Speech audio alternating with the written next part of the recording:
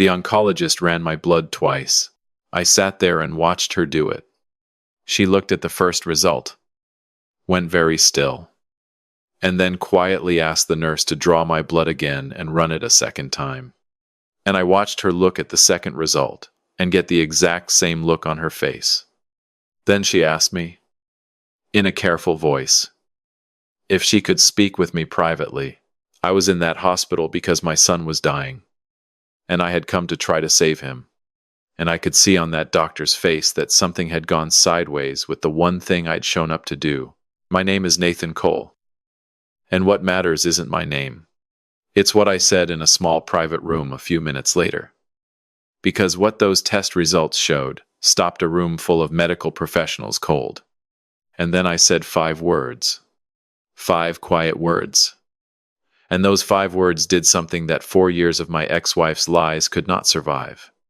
By the time I walked out of that hospital, and the story she'd told, everyone the story she'd told our own sons was finished. All it took was the truth. 5 words. And a blood test. She never wanted anyone to run. I need to stop right here. 20 seconds in. Because I know this sounds like it's building toward revenge. And it isn't. I didn't drive to that hospital to destroy anyone. I drove there to try to save a 16-year-old boy who'd spent 4 years believing he should be ashamed of me.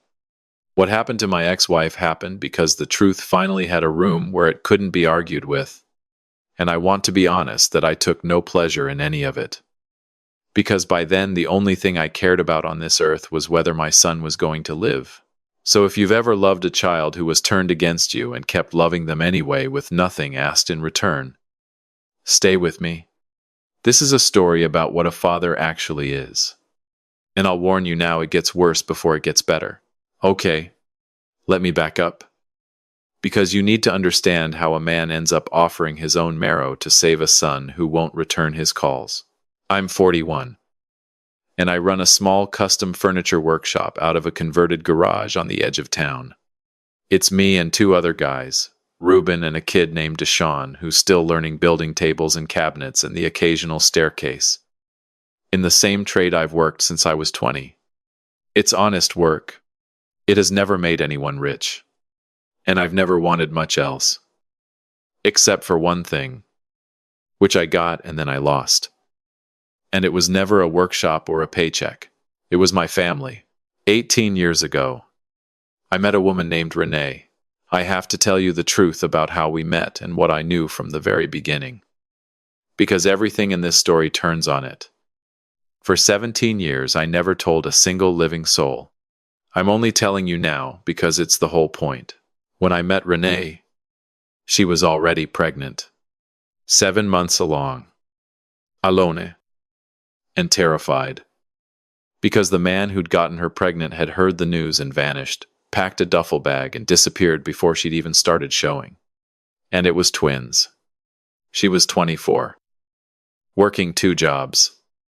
Carrying 2 babies by a man who'd run the second things got real. I met her because her car died in a grocery store parking lot on a Saturday morning. And a friend of mine towed it to my shop, even though I don't usually touch engines. She sat in my little waiting area with sawdust in the air and started crying not about the car. About all of it. The way people fall apart in front of a total stranger sometimes. Because they can't afford to fall apart in front of anyone who actually knows them. Here's what I saw. Sitting across from her that morning. I didn't see a problem. I didn't see somebody else's mess.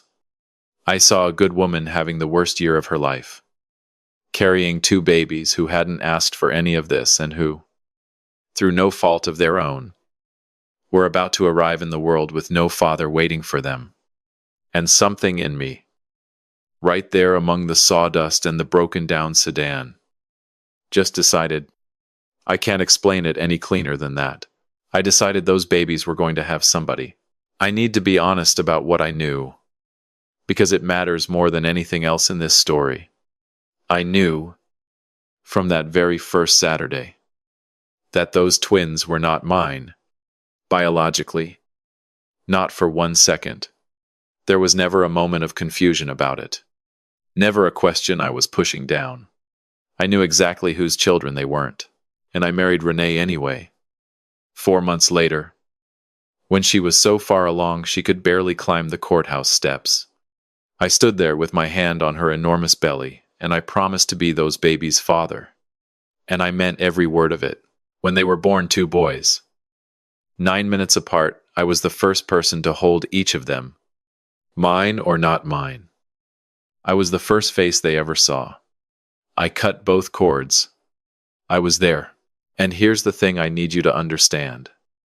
Because it's the thing my ex-wife spent 4 years trying to erase. From the second I held those boys, there was no not mine left in me. Biology is a fact. Fatherhood is a decision. And I made that decision every single day for 16 years.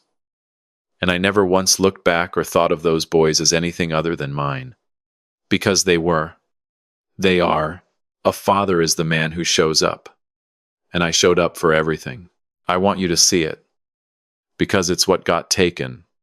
I taught Wyatt to ride a skateboard in our driveway, jogging alongside him with one hand on his shoulder, letting go when he wasn't looking. I taught Grayson to shoot free throws. He was left-handed, and I had to relearn my own form backward just to show him properly. I sat through every parent-teacher conference, every painfully long school assembly, every basketball game where one or both of them spent most of the fourth quarter on the bench. I coached their youth team for 3 years straight. I was the one who got up at 5 in the morning when they spiked a fever, who checked the closet for monsters, who sat in emergency rooms holding a small hand while a doctor stitched something back together. Wyatt shattered his wrist falling off a homemade skate ramp when he was 10, against my direct instructions not to use it. And I drove him to the ER, telling him the whole way how brave he was being. Grayson got cornered by older kids in 7th grade. And I taught him the same thing my father taught me, how to stand up straight and hold a bully's eyes without blinking. I did all of it. 16 years of all of it. Not because I had to, because I wanted to, and because they were mine. There's one night I think about more than any other. The twins were about 2 weeks old, and they both had colic at the same time. The way twins do everything at the same time. Renee was so exhausted she was crying in the hallway. I told her to go to bed, that I had it, and I walked those 2 screaming babies around our little living room for almost 3 hours in the middle of the night. One on each arm, singing every song I knew and then inventing new ones when I ran dry. Somewhere around 5 in the morning, they finally went quiet, both of them asleep against my chest. I stood in the dark, afraid to move an inch and wake them. Looking down at 2 tiny faces the whole world would tell you weren't mine. And I felt a love so complete it actually scared me. That was the night I stopped thinking of fatherhood as something I decided to do, and started simply knowing it as something that was true. They were mine. Not legally, not biologically. Those are just words. In the only way that has ever counted. Standing in that dark living room at 5 in the morning. They were mine and I was theirs. End of discussion. Renee and I were happy for a long stretch after that. We had a small, good life, the workshop, the boys, a modest house with a leaky gutter I kept meaning to fix. I thought we'd grow old inside it. I thought I'd walk those boys' future brides down aisles, or stand up next to them at their weddings, or hold their kids someday. I had a whole future mapped out in my head, and it was the only future I'd ever wanted. But somewhere in the later years, Renee changed. I've spent a long time trying to understand why, and I've mostly given up looking for a clean answer. She got restless. She started wanting a bigger, glossier life than a furniture maker could give her. She'd taken an office job at a marketing firm, started spending time with a different crowd, and slowly began to look at our small good life like it was a small poor one. I could feel her pulling away in pieces, and I didn't know how to hold on to any of them. Then she asked for a divorce. I was heartbroken, but I understood, and I would have handled it the way decent people do, split things evenly, share the boys, stay a family in every way that mattered, even if the marriage itself was done. That is not what happened. Because Renee didn't want a simple divorce. She wanted a clean break, a fresh start, a whole reinvented life. And in the life she was building, there wasn't a place in it for a furniture maker ex-husband hanging around the edges. And she knew exactly one thing about me that she decided to use as leverage. She knew I would rather die than have Wyatt and Grayson learn, in the middle of an ugly custody war, that the man who'd raised them wasn't their biological father. I had spent 16 years making sure those boys never felt anything less than fully wanted. And I was not going to let a courtroom detonate that in a single afternoon. Renee understood that about me perfectly. And she used it like a crowbar. She hired a lawyer and went for full custody.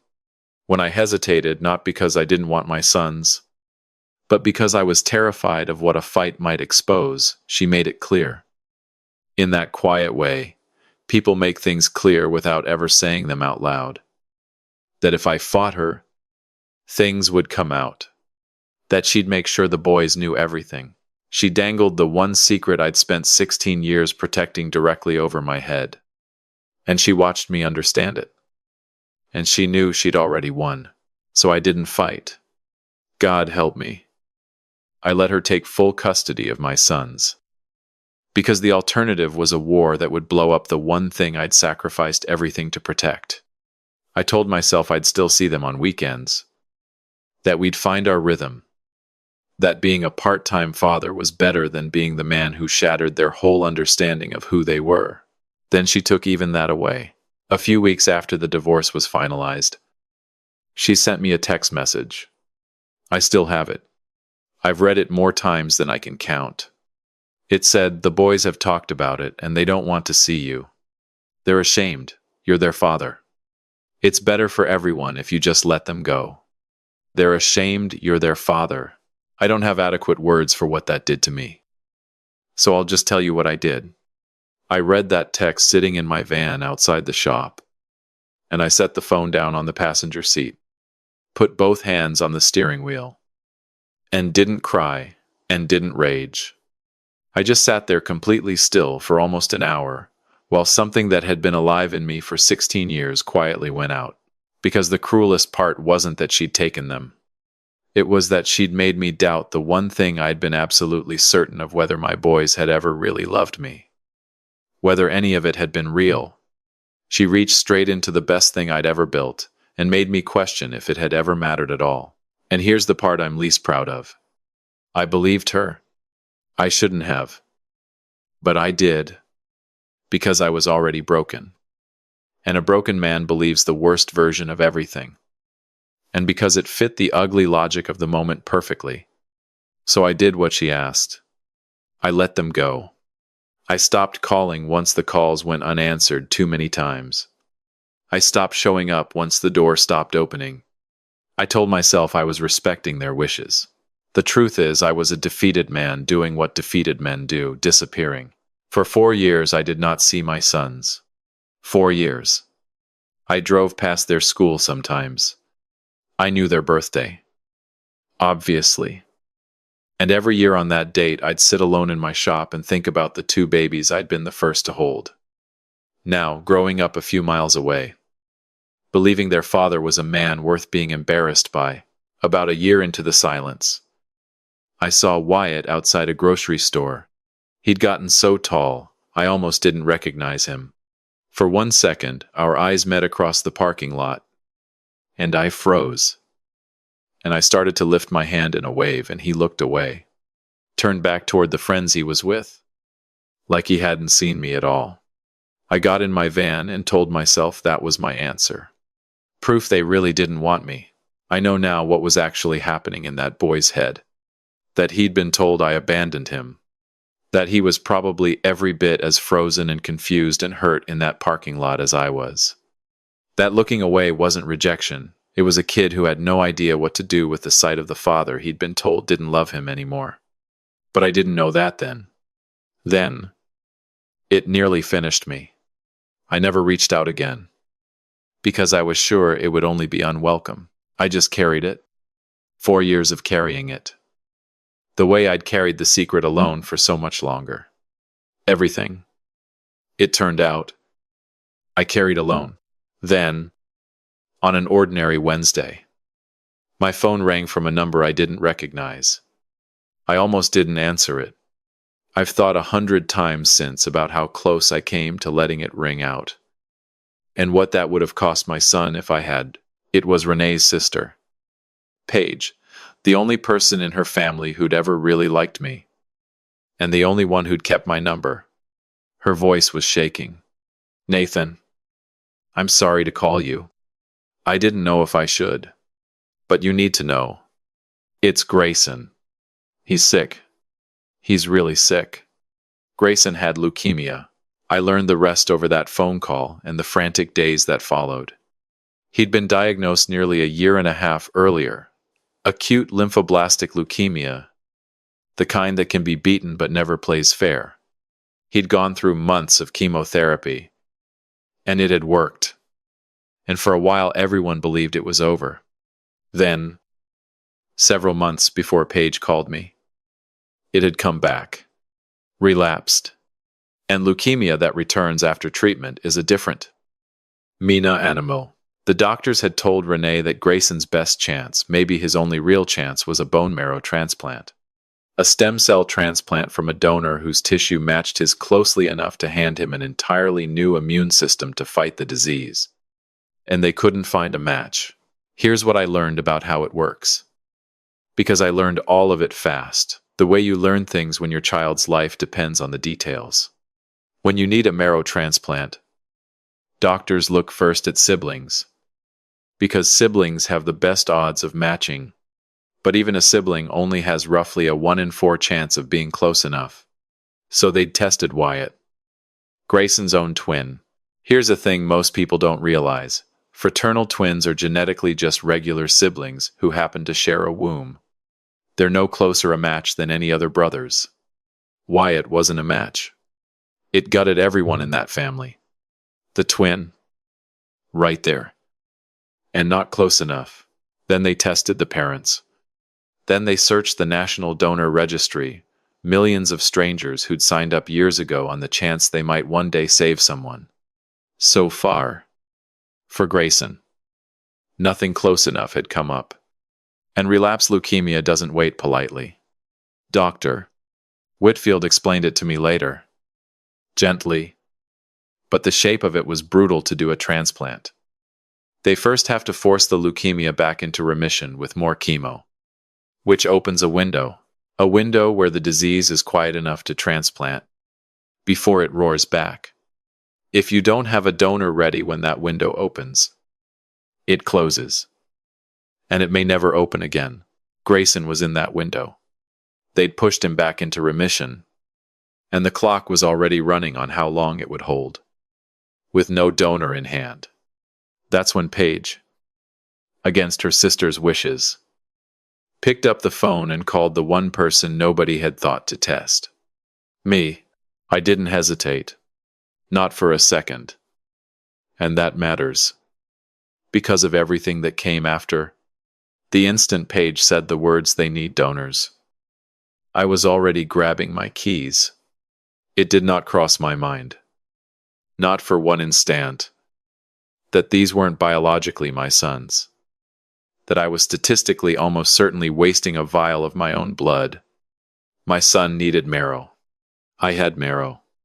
That was the entire equation, as far as I was concerned. I would have opened a vein in that parking lot if they'd asked. But I want to be honest about the other thing I knew. Driving to that hospital. Because it's the part that gives what I did any meaning at all. I knew I wasn't a biological match. I knew it better than anyone alive. I knew that when they typed my blood, it wasn't just going to come back not a match. It was going to come back in a way that would tell any trained eye, plainly, that I could not possibly be Grayson's biological father. I knew that by walking into that hospital and rolling up my sleeve. I was risking the one secret I had spent 16 years and my entire family protecting. I'd let Renee take my sons rather than expose it. I was about to hand it to a room full of doctors, because there was a chance, however small, that my body could save my son's life, and I didn't slow down for 1 second. Because here's what 16 years of being those boys' father had taught me. There is no secret, no pride, no self. A real father won't set on fire to save his child. The secret didn't matter anymore. Nothing mattered except Grayson. When I got to the hospital, Renee was standing in the hallway. I will never forget her face when she saw me walk in, because she knew instantly what my being there meant. She knew I wasn't a match. She knew that if they tested me, the truth would surface. She came at me fast and low, and said, "What are you doing here?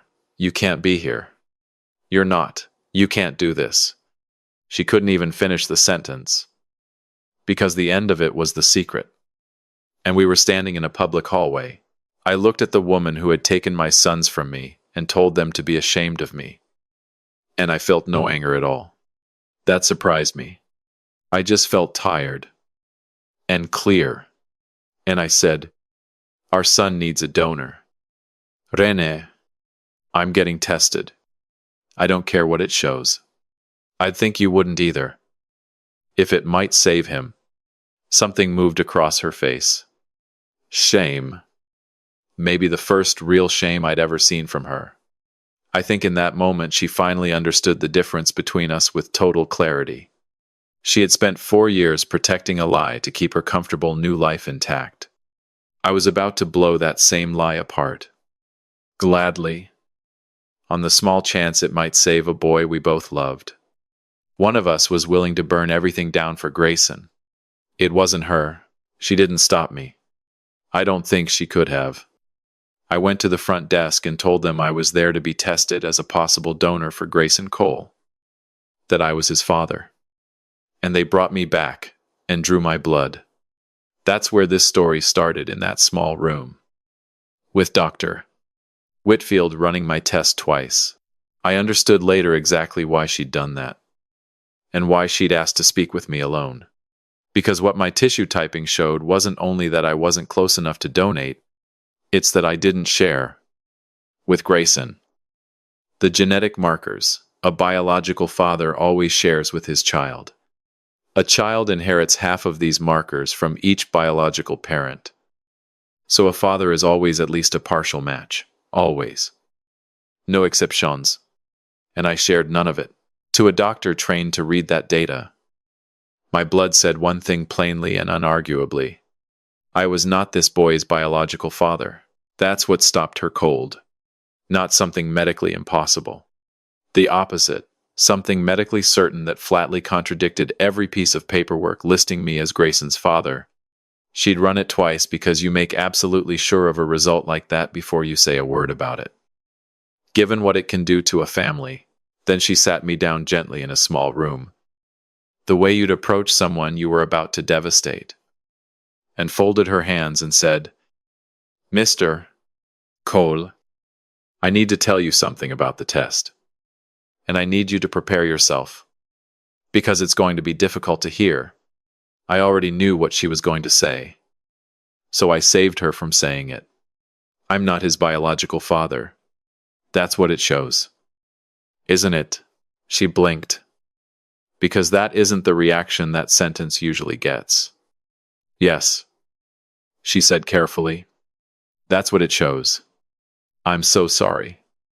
I know this must. And this is the moment. This is the moment 16 years of carrying a secret came down to. Dr. Whitfield was looking at me with so much compassion, braced to watch a man's entire world fall apart in front of her. And I wasn't going to fall apart. Because my world hadn't just collapsed. It had collapsed 17 years earlier. In a courthouse. When I put my hand on a pregnant woman's belly and chose those boys, and I'd been standing quite happily in the rubble of that beautiful collapse ever since. So I looked at that kind, careful doctor, and I said 5 words. The ones that ended everything. I know. They're still mine. I watched her face change. Watch the compassion shift into something else, entirely. Something I can only describe as awe. As she understood what she was actually looking at.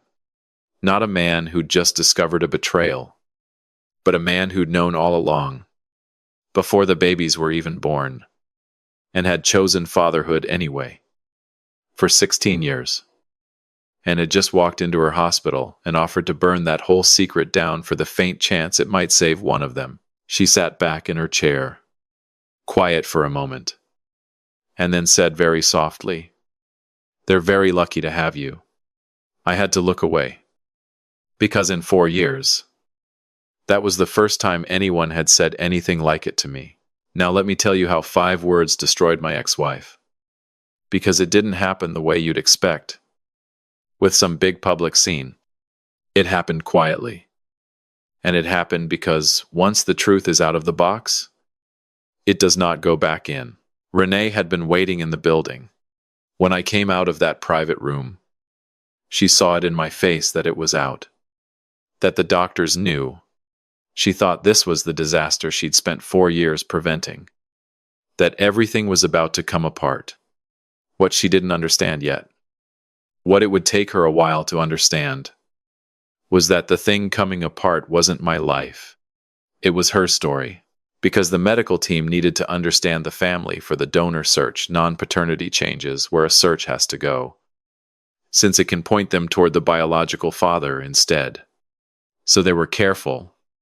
Private conversations with both of us about who Grayson's biological father actually was. Whether he could even be located and tested. And in those rooms, in front of people whose only interest was saving a child, to the actual facts of our family finally got said out loud. Plainly. By strangers with nothing to gain either way. That Wyatt and Grayson's biological father was a man who ran before they were even born and was never heard from again. That I was the man who married their pregnant mother knowing they weren't mine, and raised them as my own for 16 years. That I was the one who'd come running the moment one of them needed saving. Renee had to sit through those conversations while the truth she'd weaponized got laid out in its true shape. And she couldn't spin a single word of it. Because you cannot spin a doctor who is only trying to find a donor. The facts were the facts. And the facts told a story that was the exact opposite of the one she'd been telling for 4 years. Her story was that I was someone to be ashamed of. The facts were that I was a man who chose 2 babies that weren't his, and loved them for 16 years, and came running the instant one of them needed saving, risking everything, asking for nothing in return. There is no version of that story where I'm the one who should be ashamed. They let me see Grayson a couple of days later. Once the boys knew I'd come, walking into that room undid something I'd been holding shut for 4 years without even realizing it. My son was in the bed, and the leukemia and the chemo had stripped his hair and a lot of his weight, and he looked simultaneously so much younger and so much older than 16. The way sick kids do. I stood in the doorway terrified, because the last thing I'd believed was that my son was ashamed of me, and I had no idea what I'd find on his face. Grayson looked up, and his chin started to shake, and he said, "Dad." I crossed that room in about 3 steps and took my sick boy into my arms as carefully as I could manage around all the lines and tubes. And he grabbed the back of my shirt with both fists and cried. And I cried. And neither of us said anything for a long time because there was nothing that needed saying that wasn't already being said.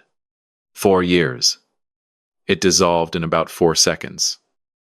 The way I should have known it would. Because love that's real doesn't actually go anywhere. It just waits. But the medical team's room wasn't the room that mattered most. The room that mattered was the one where my sons finally heard the whole truth. They were 16. Not 6. And they weren't stupid.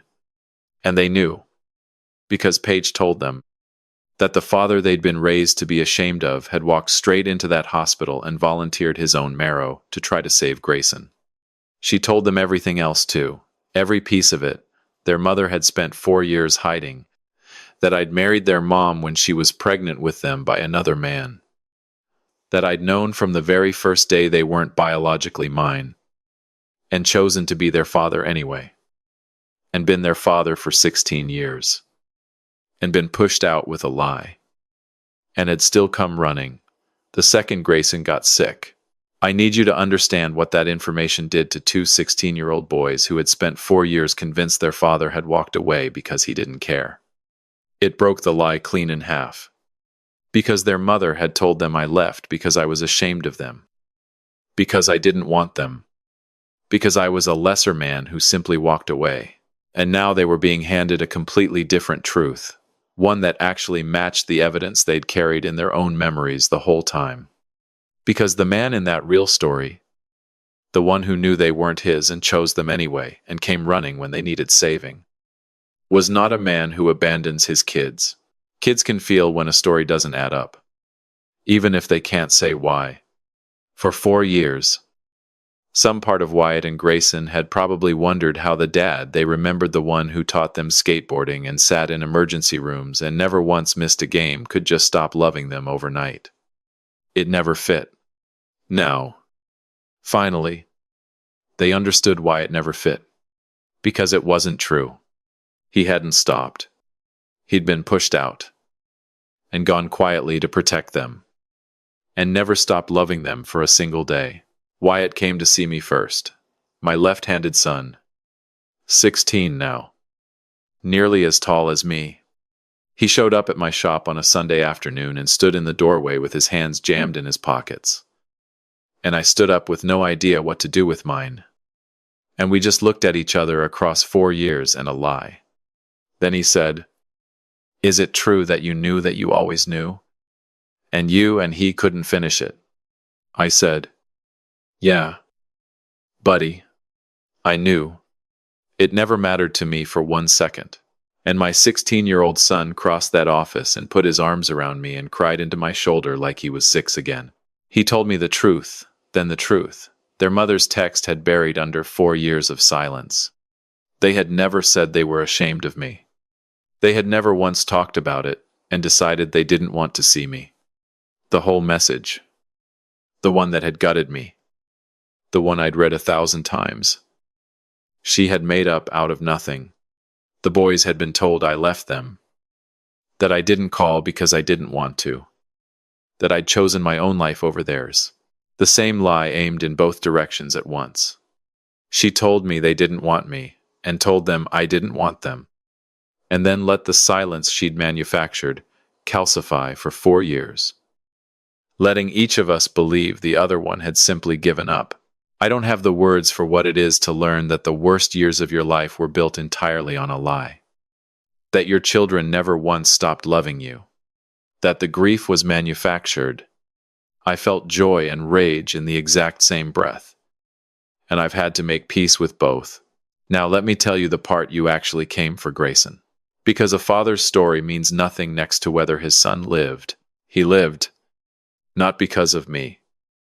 And I want to be honest and clear about that. Because I promised you the real version and I won't dress it up. My marrow was never going to work. And it didn't. What saved Grayson was a stranger. The National Donor Registry finally found a match, someone on the other side of the country who had signed up years earlier and forgotten he'd even done it. And who said yes without hesitation the moment they called him. A total stranger's marrow saved my son. Someone who owed Grayson nothing gave up a piece of himself for a boy he'll never meet. I've thought about that a great deal. Because there's something in it that feels like the entire meaning of my life folded into one fact. My son was saved by a stranger's gift. And raised by a man he wasn't biologically related to. Twice over. The thing that saved Grayson's life had nothing to do with blood. A stranger who chose to help. A father who chose to stay. Blood didn't save my son. Choice did twice. If you take one thing from everything I've told you, take that. The bonds that actually hold us up in this life are almost never about biology. They're about who decides to show up. I was there for the transplant. Both boys wanted me there. And Renee didn't fight it. Because by then there was nothing left to fight with. I sat through the transplant and the long, frightening weeks after, when a patient has almost no immune system and every stray germ is a threat, and you live and die by numbers on a monitor. I sat with Grayson on the good days and the terrible days. We had 16 years to catch up on, and it turned out we barely needed words for most of it. He was my son. He'd always been my son. 4 years of a lie hadn't changed what 16 years had built. It had only hidden it for a while. There was one night deep in the worst of it. Grayson very sick and scared. Close to 11 at night. And I was in the chair beside his bed, the way I'd been in chairs beside his bed his whole childhood. He was half asleep and hurting. And he said, without opening his eyes, "Dad." Just that. Not a question. Not the start of a sentence. He said the word to make sure the thing it meant was still in the room. I said, "I'm here. Bud. I'm not going anywhere." He went back to sleep. I sat there in the dark, thinking about the fact that this boy, fighting for his life at 16, had said dad and meant me. After everything, I understood I'd gotten back the only thing I'd ever actually wanted. And I would sit in that chair every night for the rest of my life if he needed me to. Grayson recovered. Slow and hard. The better part of a year. But the transplant took. The stranger's marrow grew into a whole new immune system that had, so far, kept the leukemia gone for good. My son is 17 now. Back at school. And last month he asked me to teach him to drive. I took him to the empty lot behind my shop, the same lot where I taught him to shoot free throws, and sat in the passenger seat while my son drove in careful, wobbling circles. I don't think I've ever been happier. As for Renee, since I've been honest with you the whole way, I'll be honest about this too. She came to find me near the end of Grayson's recovery, in a hospital corridor, looking older than I remembered, worn thin, and told me she was sorry. I could tell it cost her something to say it. I could also tell it wasn't nearly enough. And I think she knew that too. She said she'd told herself for 4 years she'd done it for the boys, given them a cleaner life. A fresh start without the complication of me. And that watching me walk into that hospital and offer up my own marrow, knowing exactly what it would expose, had shown her what she'd actually done. In a light she couldn't look away from. I didn't say much. There wasn't much left to say. I told her the only thing that mattered anymore, which was that we both owed those boys good parenting from here on, and that I wasn't interested in a war. She nodded, cried a little, and walked back down the hall. That's the closest we've come to settling it. And it's probably the closest we ever will. I don't hate her. I want to say that because it's true. And because hating her would poison the good I've gotten back. She did something terrible. And it caused real damage. I don't excuse. But she's still the mother of my sons. And my sons still need her. I'm not going to spend the second half of my life teaching 2 boys to hate their mother. Because I know exactly what it does to a kid to be used as a weapon between his parents. I watched her do it to me. And I felt what it cost. So I don't do it back. We share custody now, real custody. The kind we should have had from the very beginning. My house has their stuff scattered through it again. Wyatt's basketball shoes by the door. Grayson's charger tangled on the kitchen counter. The ordinary, beautiful clutter of teenagers who actually live somewhere. I lost 4 years I'll never get back. But I got the rest of them. And after a stretch where I genuinely believed I'd lost my sons forever, the rest of them is a gift too large for me to fully hold. Let me leave you with one thing. And then a question. Because I really do read every comment. For 16 years I kept a secret because I believed the truth would hurt my sons, that finding out I wasn't their biological father would make them feel unwanted. Unchosen. Like their whole life had been a lie. I was wrong. When the truth finally came out, it didn't make them feel unwanted. It made them feel chosen. Because the truth wasn't your father. isn't really your father. The truth was that a man with no obligation to two newborns looked at them anyway and decided to love them for the rest of his life. That's not a truth that wounds a kid. That's a truth that tells a kid he was wanted so completely that someone signed up for him with his eyes wide open. I spent 16 years afraid of the one thing that, once they finally knew it, healed us.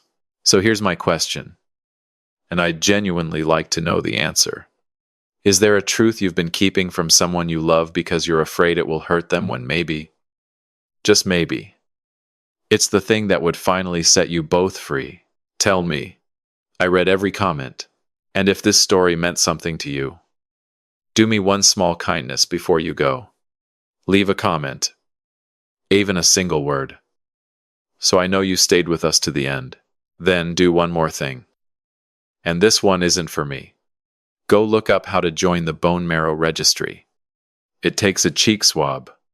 Somewhere out there is a stranger's kid running out of options, whose whole life is waiting on someone exactly like you deciding to show up. My son is alive because a stranger did.